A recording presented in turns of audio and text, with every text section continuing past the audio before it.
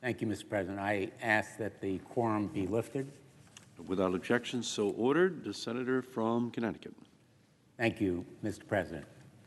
I would like to request respectfully unanimous consent that my very able legislative fellow, Alexander Nababi Nouri, be granted floor privileges until the end of August 2022. Without objection, so ordered. Thank you very much, Mr. President.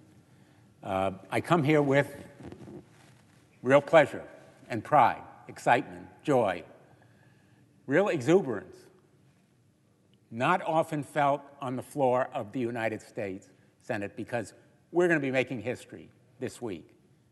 As confident as I am of anything ever in the United States Senate happening, this week we will confirm Judge Ketanji Brown Jackson as an Associate Justice of the United States Supreme Court. Let me first of all thank President Biden for nominating her. His wisdom and courage are one of the reasons that she is before us as a nominee in this historic vote. And to all my fellow members of the Judiciary Committee, we have labored a long time through many hours, and I particularly thank Senator Durbin for his leadership. Now, historic is a word that's often overused, even in this chamber where a lot of history is made, but Judge Jackson's nomination truly merits that word. It is a joyous, exciting moment for all Americans because Justice Jackson will make the United States Supreme Court look more like America and hopefully think more like America at a time when Black women and people with diverse backgrounds, races, religions have broken many barriers. Her confirmation will be a giant leap into the present. She stands on the shoulders of many who have come before her, as she recognized so explicitly in our hearing. One of them is Constance Baker Motley, a daughter of New Haven, Connecticut, the first Black woman to argue before the United States Supreme Court, and the first Black woman to be appointed as a judge on the United States District Court. Now, she was also instrumental in the well-known and profoundly significant case of Brown versus Board of Education, argued by Thurgood Marshall. And she won every one of the cases that she argued before the United States Supreme Court. I've argued 4. She argued 10. Her record surpasses almost any of the litigators who have become judges.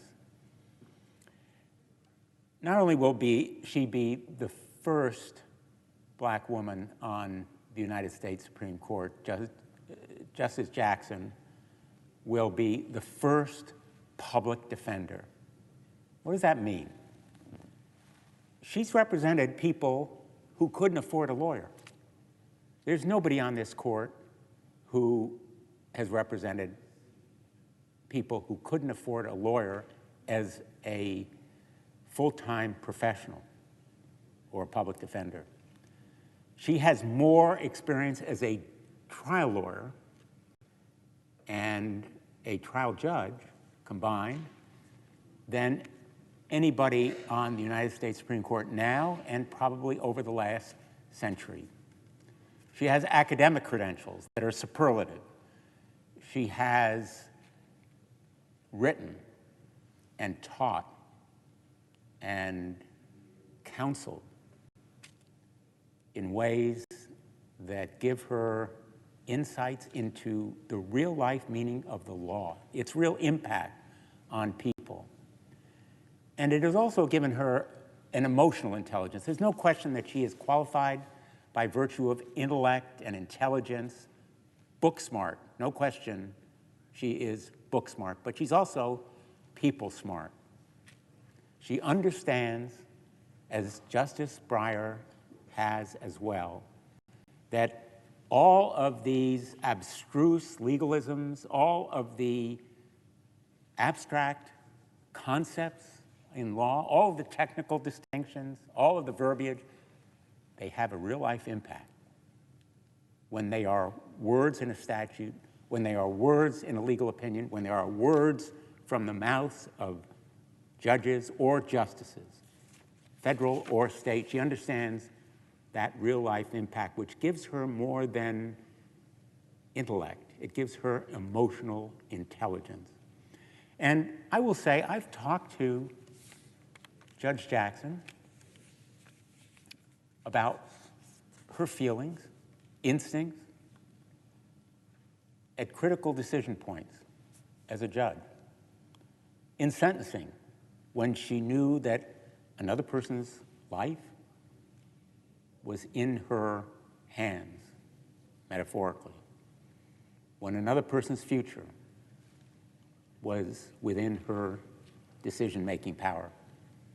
And she has looked at sentencing decisions with all of the data points, all of the emotional intelligence, all of the judgment that she has evinced so movingly in her conversations with us, as well as in her appearance before our committee. She has that capacity for empathy that very few people have. A lot of people can go to school, they can graduate with honors, they can be book smart, but she understands the impact of law on real lives and real people. And it's those people whose lives are touched by the justice system, whether they are victims or criminal defendants or litigants dealing with personal or professional conflict, their stories shone through her conversations with us and her testimony before our committee and her enthusiasm for the law, because judges are the face and voice of justice. And representation matters. It matters for the legitimacy and credibility of our judicial system that our judges look like America, that somebody coming into a courtroom sees that justice has that face and voice that can relate to them. Judge Jackson will bring to the United States Supreme Court all those immensely important qualities, and certainly she will bring a lot of patience and perseverance. She's shown those qualities, plus grace and dignity in the way that she responded to some of the abusive, demanding questions that she was asked during our hearing. She has weathered that storm with extraordinary distinction and diligence. When some of our colleagues went low, she went high, to paraphrase Michelle Obama.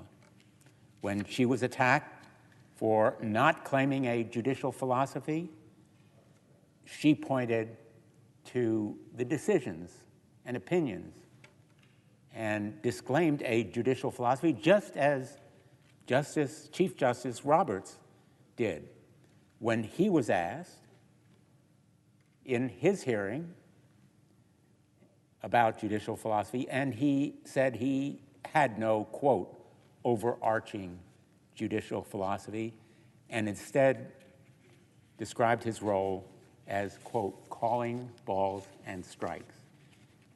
She said she knew her lane. She does indeed know her lane.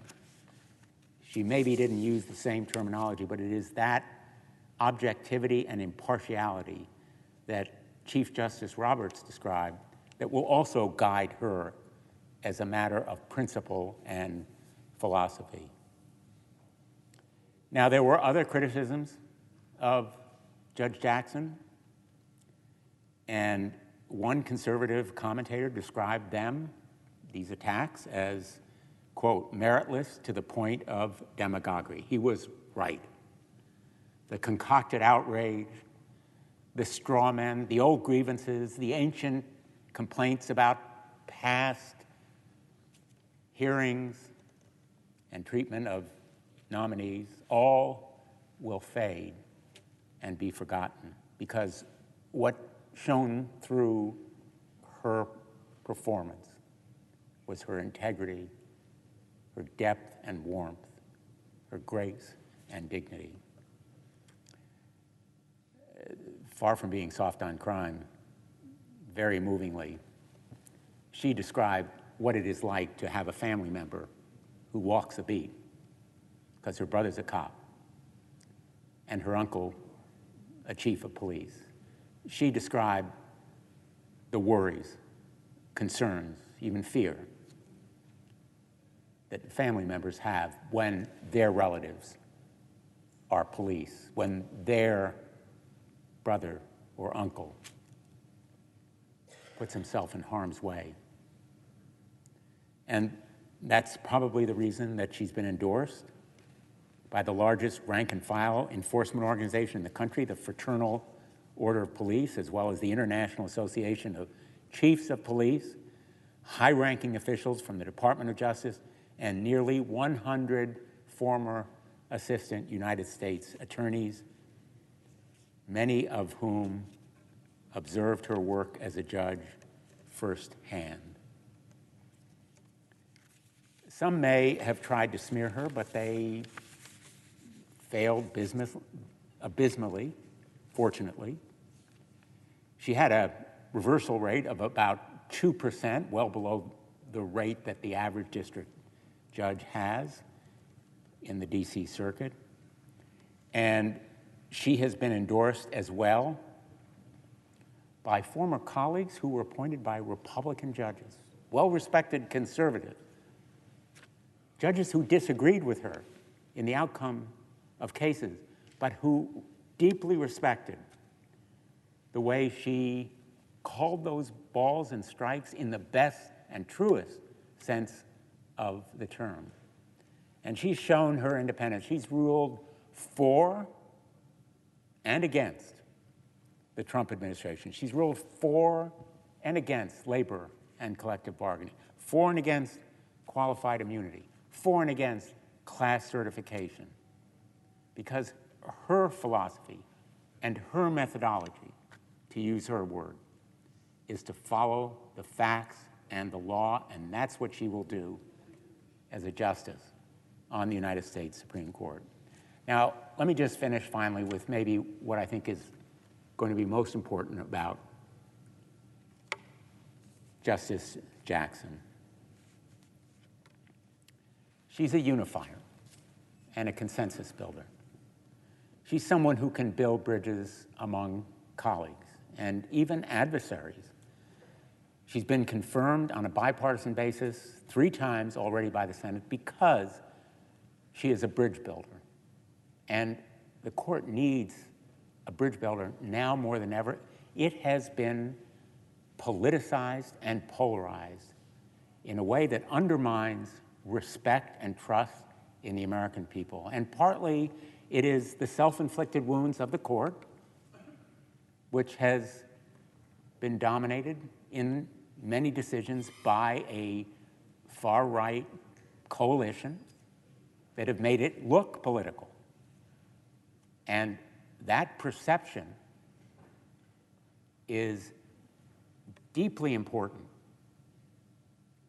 because the court's trust and respect depend on the public perceiving it to be above politics.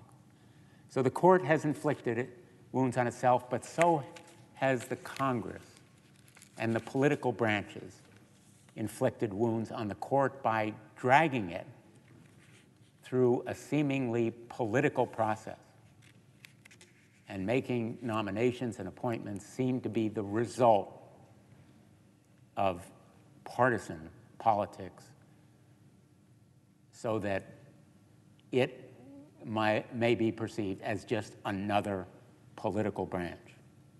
I said at the very start, I have reverence for the court and deep respect for it as an institution. It has no armies or police. It has no power of the purse. Its authority depends on its credibility. And my hope is that Judge Jackson, as Justice Jackson, will help elevate it in a way that it needs now more than ever. I asked her about a code of ethics for the United States Supreme Court, and she said she would talk to her colleagues about it. I feel she has an understanding of the need now for the court to adopt a code of ethics. It is the only judicial body that lacks a code of ethics. It has none. Unlike the appellate courts, the district courts, the U.S. magistrates, the Court of Claims, all of the minor judicial bodies in the United States, it has no code of ethics because it has resisted a code of ethics. And its credibility now depends on its having a code of ethics. Recent events have severely imperiled credibility and trust. And that peril will grow as more becomes known about some of these events. But the court can help itself by supporting a code of ethics rather than resisting it. And Judge Jackson's commitment to talk to her colleagues about it is a very welcome and important step. She said it in response to a question that I asked. I was the only member of the committee to ask about the code of ethics, surprisingly to me. But restoring credibility and trust will be important to our nation. Her service will help restore and inspire confidence. Her presence and active participation on the court will help that task of reinvigorating credibility and trust, and her confirmation will be indeed a giant leap forward into the present and the future. And it will inspire lots of young girls, lots of young women, lots of black women, lots of Americans to believe in the American dream and to believe and see the law in different ways. That is what one of the young girls who wrote to Judge Jackson said in her letter. Indeed, that she would look at the law in a different way. We will look at the law in a different way, and we'll look at the court in a different way, because the court will look and hopefully think more like America. I am looking forward to that vote. I will never cast a vote in this body that I am more proud and excited to do. And I thank all of my colleagues on both sides of the aisle, and hopefully there will be more on the other side of the aisle joining us before then for this historic achievement for our nation. Thank you, Mr. President. I yield the floor. And I note the absence